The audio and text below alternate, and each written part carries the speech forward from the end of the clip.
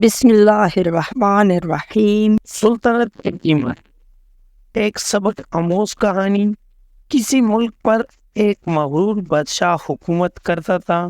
وہ ہیرے جواہرات، شان و شوکت اور اپنے جاہ و جلال کے نشے میں بدمست ہو کر رعایا کی طرف سے بالکل غافل ہو چکا تھا، اور اسے ان کی مشکلات اور پریشانیوں کی کوئی فکر نہیں تھی۔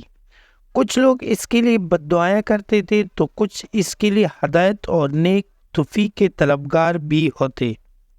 ایک وقت آیا جب خدا نے رعایا کی سن لی۔ ہوا یہ کہ بادشاہ ایک نہایت شان و شوکت سے سپاہیوں کے لاؤ لشکر کو ساتھ لے کر شکار پر نکلا۔ جنگل میں اس سے ایک ہرن نظر آیا۔ اس نے اس کے پیچھے گھوڑا دوڑا دیا۔ ہرن کا تعاقب کرتے ہوئے وہ بہت دور نکل آیا اور راستہ بھٹک گیا۔ وہ اپنے محافظ دستے اور تمام درباریوں سے بچھڑ گیا تھا۔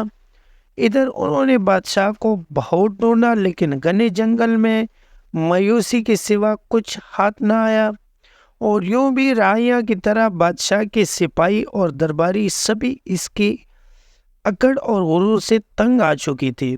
انہوں نے اپنے فرمانروا کی تلاش بند کر دی اور واپس لوٹ گئے۔ بادشاہ سارا وقت راستہ تلاش کرتا رہا، لیکن نہ تو اس سے اپنے محل کی طرف جانے کا راستہ ملا اور نہ اس کے درباری۔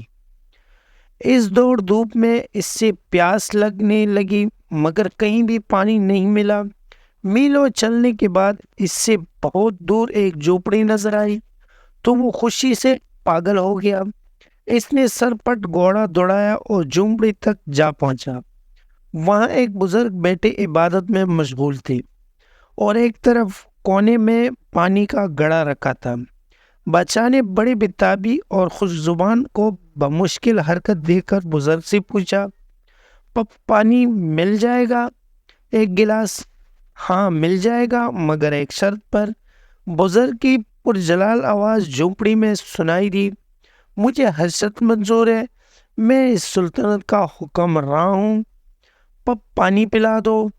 بادشاہ نے بےتابی سے کہا، مگر اس موقع پر بھی اس نے اپنی امارات کا احساس دلانا ضروری سمجھا تھا۔ پہلے شرط سن لو، پانی کے گلاس کے بدلے میں تمہاری پوری سلطنت لوں گا۔ بزرگ نے درشتی سے کہا، پوری سلطنت؟ ایک گلاس پانی کے بدلے؟ بادشاہ نے حیرت سے پوچھا۔ بزرگ نے کرخت لہجے میں کہا، ہاں منظور ہے تو ٹھیک، ورنہ یہاں سے چلے جاؤ اور مجھے عبادت کرنے دو۔ پیاس کی شدت سے بادشاہ کو اپنا دم نکلنا محسوس ہو رہا تھا۔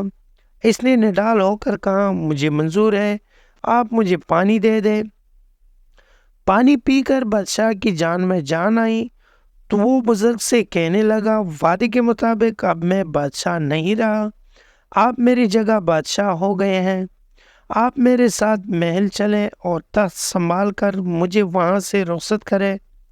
بادشاہ کی بات سن کر بزرگ نے مسکراتے ہوئے اور ایک بے نیازی کے ساتھ کہا، جس سلطنت کی قیمت ایک گلاس پانی ہو، اس کی حقیر بادشاہت لے کر میں کیا کروں گا؟ یہ سن کر بادشاہ بہت شرمندہ ہوا۔ اس سے اپنی اصلیت کا علم ہو گیا تھا اور وہ جان چکا تھا کہ واقعی انسان کے پاس دنیا بھر کے خزانے ہوں یا کوئی بڑی سلطنت، لیکن جب وہ مجبور ہو تو اس کی قیمت ایک گلاس پانی کے برابر بھی نہیں ہے۔ بادشاہ کے دل سے شان و شوکت اور اپنی امارات کا سارا ذوق و شوق اور ہر آرزو گویا جاتی رہی۔ اس نے خدا کا شکر ادا کیا کہ آج اس سے ہدایت ملی۔ بادشاہ نے ایک اچھے حکمراں کے طور پر زندگی بسر کرنے کا فیصلہ کر لیا۔ تب اس بزرگ نے بادشاہ کو گھنے جنگل سے نکالا اور محل تک پہنچایا۔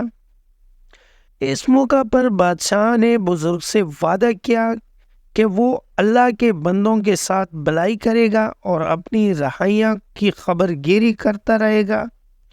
دوستوں، آپ کو آج کی کہانی کیسی لگی؟